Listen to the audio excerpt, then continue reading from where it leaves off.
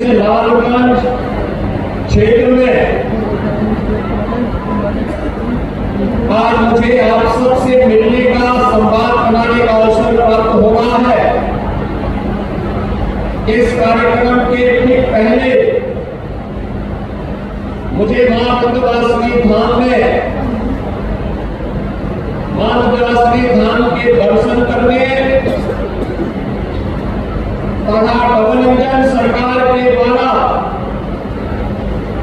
श्रद्धालुओं की सुविधा के लिए किए गए प्रयासों और कार्यक्रमों को नजदीक से देखने का अवसर प्राप्त हुआ है। मैं इस अवसर पर उपस्थित आप सभी बहनों का हृदय से अभिनंदन करता हूं, स्वागत करता हूं। आज मिर्जापुर जनपद को पुनः 202 करोड़ रुपए की परियोजनाओं के लोकार्पण शिलान्यास का सौभाग्य में मुझे माननीय जनप्रतिनिधियों की उपस्थिति में प्राप्त हुआ है।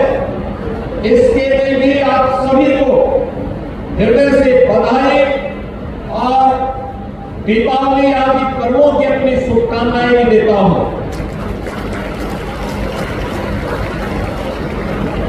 हम सब जानते हैं कि आधी आबादी को नजरअंदाज करके कोई समाज समर्थ और सशक्त नहीं हो सकता, और इस बात को नए भारत के शिल्पी के रूप में प्रधानमंत्री मोदी जी ने 2014 में स्पष्ट कर दिया था, जब उन्होंने बेटी बचाओ बेटी पढ़ाओ कार्यक्रम से इसकी शुरुआत की थी। इसके उपरांत अलग अलग कार्यक्रमों के माध्यम से आजादी के 70 वर्षों के बाद पहली बार देश के अंदर ये लगा कि महिलाएं भी देश के राजनीतिक एजेंडे के मुख्य हिस्से हैं। जनधन अकाउंट का कार्यक्रम हो, उज्ज्वला योजना का कार्यक्रम हो, सौभाग्य योजना के अंदर उन परिवारों को फ्री में बिजली के कनेक्शन देने का कार्यक्रम हो, या फिर 5 लाख रुपए की स्वास्थ्य बीमा का कवर और गरीब परिवार के पास अपना सिर ढकने के लिए छूट हो, प्रधानमंत्री स्वनिधि योजना हो या प्रधानमंत्री स्वामित्व की योजना। स्वामित्व योजना के अंतर्गत जहां पर जो परिवार निवास करता है उस भूमि का मालिकाना अधिकार उस परिवार को प्राप्त करवाने के लिए देश के अंदर चल रही एक अभिनव योजना। इन सभी योजनाओं को प्रभावी रूप से लागू करने के कार्यक्रम की श्रृंखला में देश की नई संसद बनने के उपरांत पहला सत्र केवल औपचारिक नहीं होगा, बल्कि देश की आधी आबादी को वर्षों से चली आ रही उसकी मांग को पूरा करने के संकल्प के साथ आगे बढ़ाएंगे। और प्रधानमंत्री मोदी जी के संकल्प के परिणाम स्वरूप देश की संसद में स्थानीय और पंचायत के निकायों की तर्ज पर लोकसभा और विधानसभाओं में भी 1/3 सीट पर महिलाएं चुनकर के सांसद और विधायक के रूप में जाए, इस अधिनियम को पारित किया। इसके लिए आदरणीय प्रधानमंत्री जी के प्रति आभार व्यक्त करते हुए मैं आप सबको हृदय से बधाई देता हूं, आप सबका अभिनंदन करता हूं। हम सब जान रहे हैं अधिनियम बनेगा नया सशक्तिकरण के क्षेत्र में यह मील का पत्थर साबित होने वाला है। भारत वैसे भी इस दिशा में बहुत प्रगतिशील कदम रखा है, आगे बढ़ाया है। सशक्तिकरण की दिशा में उठाए गए कदम आज पढ़ने बने, उसी श्रृंखला में अधिनियम का पारित होना दुनिया के आधी आबादी के सामने एक नया आगे बढ़ने का प्रकाश स्तंभ प्रधानमंत्री मोदी जी ने प्रस्तुत किया है। और भाइयों बहनों, इसीलिए आज मैं फिर यहाँ मातृवासिनी धाम में आकर के यहाँ की बहनों की ओर से प्रधानमंत्री मोदी जी के प्रति आभार व्यक्त कर सकूं, इसके लिए आपके बीच में विशेष रूप से आया हूं। हमारा विंध्यवासिनी धाम नारी शक्ति के सशक्तिकरण का सबसे अच्छा उदाहरण है। याद करिए, एक साथ मां विंध्यवासिनी, मां अष्टभुजी और मां काली को का त्रिकोण, याद करिए, महालक्ष्मी, मां सरस्वती और महाकाली के रूप में हम सबको जीवन के समग्र कथा का दर्शन कराता है, हम सबको एक नई प्रेरणा प्रदान करता है और नारी शक्ति के प्रति श्रद्धा और सम्मान का भाव हम सबके मन में सदैव बना रहे। इसी के लिए मां विंध्यवासिनी धाम में इस अच्छे कॉरिडोर का निर्माण कार्य कराया जाता है। आने वाले श्रद्धालुओं को भी समस्या न हो, लेकिन साथ साथ मां के प्रति श्रद्धा का भाव व्यक्त करने के साथ साथ हमारे नौजवानों को अधिक से अधिक मात्रा में रोजगार की सुविधाएं भी उपलब्ध होती हुई। मैं देख रहा था, मैं अष्टमी के दिन पूछ रहा था कि मां विंध्यवासिनी धाम में कितने श्रद्धालुओं ने दर्शन किया है। मुझे बताया गया कि अकेले एक दिन में 35 लाख लोग मां विंध्यवासिनी धाम में दर्शन किए। आज एक दिन में आ रहे हैं दर्शन करने के लिए। ये चीजें दिखाती है, सुविधाएं मिलनी चाहिए, कनेक्टिविटी बेहतर होनी चाहिए, और जब ये सुविधाएं बेहतर होती है, परिणाम भी उसी प्रकार से बेहतर होते हैं। मुझे लगभग 1 वर्ष पहले यहां आने का सौभाग्य प्राप्त हुआ था और उसके उपरांत उस समय में विधानसभा चुनाव के दौरान में आया था। वो हमारे सामने एक चुनौतीपूर्ण कार्यक्रम था। एक तरफ अपने एक युवा विधायक को खोने का गम था और दूसरी तरफ उनकी धर्मपत्नी को ही अपना दल, हमारे सहयोगी दल ने प्रत्याशी बनाकर के उतारा था। और मैं आप सबका आभारी हूं कि आप सबने श्रीमती रिंकी कौर को भारी बहुमत से विजयी बना करके अपना प्रतिनिधित्व उनके हाथों में सौंप करके आज यहाँ को सम्मानित किया, नारी गरिमा की रक्षा करने के लिए अपने आप को समर्पित किया है। इसके लिए मैं आप सबका हृदय से आभार व्यक्त करता हूं।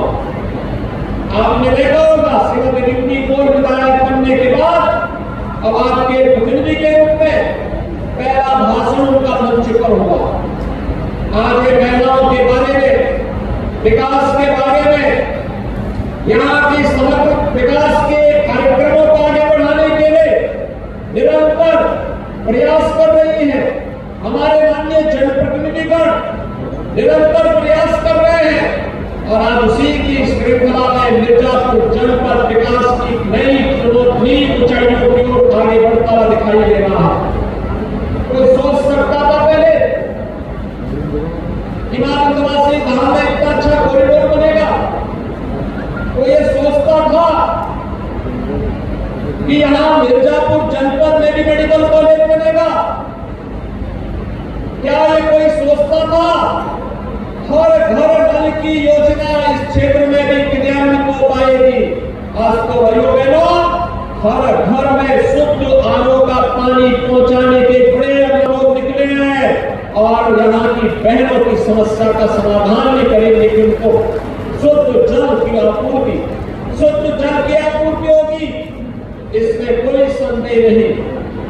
लेकिन साथ साथ मां विंध्यवासिनी के नाम पर हमारे मिर्जापुर में भी एक भव्य विश्वविद्यालय का निर्माण हो, इसके लिए भी मैं आप सबको हृदय से बधाई देता हूं। हमारी सरकार ने तय कर लिया। मैं यहाँ पर अभी आशीष जी से भी और यहाँ पे रमाशंकर जी से भी और प्रिया जी से भी युवराज सिंह जी से भी रत्नाकर मिश्रा जी से भी सबसे मैं यही पूछ रहा था कि जमीन चिन्हित करके उसको तत्काल प्रस्ताव भेजिए। एक्ट बनते ही यहाँ पे शिलान्यास के लिए विश्वविद्यालय के शिलान्यास के लिए हम लोग आने वाले हैं। पहले विश्वविद्यालय क्या महाविद्यालय नहीं मिलते थे, अब तो विश्वविद्यालय बनाने जा रहे हैं और विश्वविद्यालय के माध्यम से इस शिक्षा के केंद्र के रूप में ये पूरा क्षेत्र उभरेगा। याद करिए ना, महाविंध्यवासिनी धाम का जो त्रिकोण है वह मां सरस्वती, महालक्ष्मी और महाकाली के रूप में प्रख्यात है। तो तीनों देवियों का आशीर्वाद यहाँ के माध्यम से हमारे संपूर्ण उत्तर प्रदेश पर बरसता है और हम लोग भी बार बार यहाँ पर मां का आशीर्वाद प्राप्त करने के लिए आते हैं। भैया बहनों, मैं फिर इस बात को कहने के लिए आया हूँ, प्रधानमंत्री जी का जो संकल्प है आदि आबादी का सम्मान हर हाल में होना है और आदि आबादी के सम्मान के लिए, उनकी सुरक्षा के लिए, उनके स्वावलंबन के लिए सरकार पूरी प्रतिबद्धता के साथ, पूरी ईमानदारी के साथ डबल इंजन की सरकार कार्य कर रही है और आज उसी के प्रति आश्वस्त करने के लिए मैं आपके बीच आया हूं।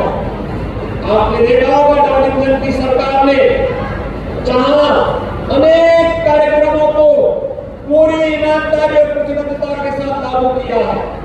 मुझे अच्छा लगता है जब मैं मिर्जापुर और सोनभद्र जिलों में आता हूं, हमारी सरकार ने तय किया है कोल जाति का चेरो, कोल, कोल या फिर मुसहर, भट्टा गया, थारू, जो भी इस प्रकार की जनजातियां हैं, अनुसूचित जाति के लोग हैं या फिर गरीब लोग हैं जिनके पास अपना मकान नहीं है, प्रधानमंत्री आवास योजना में आच्छादित नहीं हुआ है, उसके लिए मुख्यमंत्री आवास योजना से एक आवास उपलब्ध करवाने का कार्य हमारी सरकार कर रही है और सरकार ने अपने इस वायदे को निभाया है।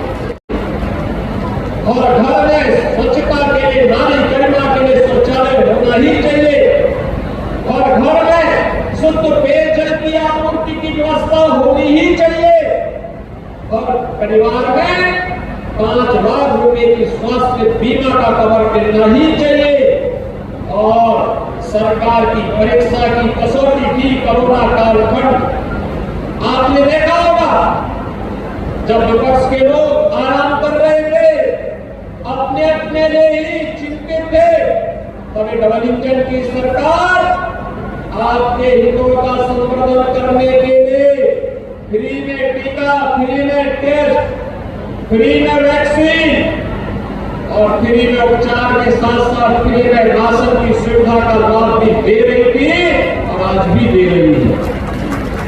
भैया बहनों, हमारे लिए तो पूरा उत्तर प्रदेश ही परिवार है। प्रधानमंत्री मोदी जी के लिए देश की 142 करोड़ की जनता ही परिवार है और उनके लिए जिस प्रतिबद्धता के साथ वे कार्य कर रहे हैं ये किसी से छुपा हुआ नहीं है। और इसीलिए भाइयों बहनों, आज मैं आपसे बताने के लिए आया हूं, सरकार ने इसी क्रम में जो योजनाएं चलाई, मुख्यमंत्री कन्या सुमंगला की योजना, मुझे अच्छा लगता है जब 6 चरणों में पैसा बेटी के खाते में जाता है, बेटी के जन्म लेने के साथ और बेटी के स्नातक तक की पढ़ाई में योगदान देने के लिए पहले 15,000 रुपया हम देते थे, नए सत्र में हम उसको 25,000 रुपया करने जा रहे हैं। 25,000 रुपये की राशि बेटी को मिलेगा। बेटी की शादी के लिए 51,000 रुपये की राशि सरकार दे रही है। मुख्यमंत्री कन्या सुमंगला योजना में प्रदेश की 17 लाख बेटियां आच्छादित हो चुकी हैं। यानी 19 में हमने प्रारंभ किया, अब तक 17 लाख बेटियों को इसका लाभ मिल रहा है। लेकिन साथ साथ मुख्यमंत्री सामूहिक विवाह योजना में अब तक 3,10,000 से अधिक बेटियों की शादी के लिए 51,000 हर बेटी की शादी के लिए भी सरकार ने उपलब्ध करवाए हैं। अब कुछ देखिए ना, पहले बेटियों की शादी के लिए गरीब के घर कोई जाता ही नहीं था, और आज जब सामूहिक विवाह की कार्यक्रम संपन्न होते हैं, कई मुख्यमंत्री, कई मंत्री, सांसद, विधायक, अधिकारी ये सभी उस कार्यक्रम में भागीदार बनते हैं। ये बातें दिखाती है सरकार ने जो किया है पूरी ईमानदारी के साथ हर गरीब का भी सम्मान हो और हर बेटी को समाज सम्मान के साथ देखे। इससे सरकार के कार्यक्रम पूरी ईमानदारी के साथ आगे बढ़ाने के कार्यक्रम चल रहे हैं। सरकार वर्तमान में मिशन शक्ति के अंतर्गत अपने चतुर्थ चरण के कार्यक्रम को आगे बढ़ा रही है। जैसे यहाँ पे प्रिया जी ने बताया भी कि उत्तर प्रदेश पुलिस ने बेटियों की संख्या अधिक से अधिक भरी जाए। 1947 से लेकर 2017 तक केवल 10,000 महिला कार्मिक उत्तर प्रदेश पुलिस बल का हिस्सा थी, और आज मुझे बताते हुए प्रसन्नता है उत्तर प्रदेश पुलिस बल में 40,000 महिला कार्मिक वर्तमान में कार्यरत है। 40,000 महिला कार्मिक प्रदेश में बेहतर कानून व्यवस्था की स्थिति बनाने के लिए, प्रदेश के अंदर सुरक्षा का बेहतर वातावरण बनाने के लिए पूरी प्रतिबद्धता के साथ, पूरी ईमानदारी के साथ कार्य कर रही है। और उसी श्रृंखला को आगे बढ़ाने के लिए सरकार ने तमाम अन्य क्षेत्रों में भी उनके लिए अलग अलग द्वार खोले हैं, अलग अलग क्षेत्रों में वे आगे बढ़ सके। प्रधानमंत्री स्वामित्व योजना में उत्तर प्रदेश में 75 लाख परिवारों में अब तक घरौनी वितरण का कार्य किया जा चुका है। यानी 75 लाख परिवार में जमीन का मालकीन अब महिलाएं बन चुकी हैं। 55 लाख परिवारों को हमने आवास उपलब्ध करवाया है। इसमें भी हर 55 लाख परिवारों के मकान की मालकीन उस परिवार की महिला जो सदस्य है उसके नाम पर मकान भी उसे उपलब्ध कराया जा चुका है। भाइयों बहनों, सरकार के कार्य करने की इच्छा शक्ति होनी चाहिए। सरकार अगर इच्छा शक्ति के साथ आगे बढ़ती है, कोई कारण नहीं कि गरीब के पास उन योजनाओं का लाभ न पहुंचे। अवश्य पहुंच सकता है। पहले 300 रुपए की राशि पेंशन दी जाती थी। आज मुझे प्रसन्नता है हमारी सरकार ने 300 रुपए की पेंशन की राशि को बढ़ा करके आज इसे 1,000 रुपया प्रतिमाह किया है।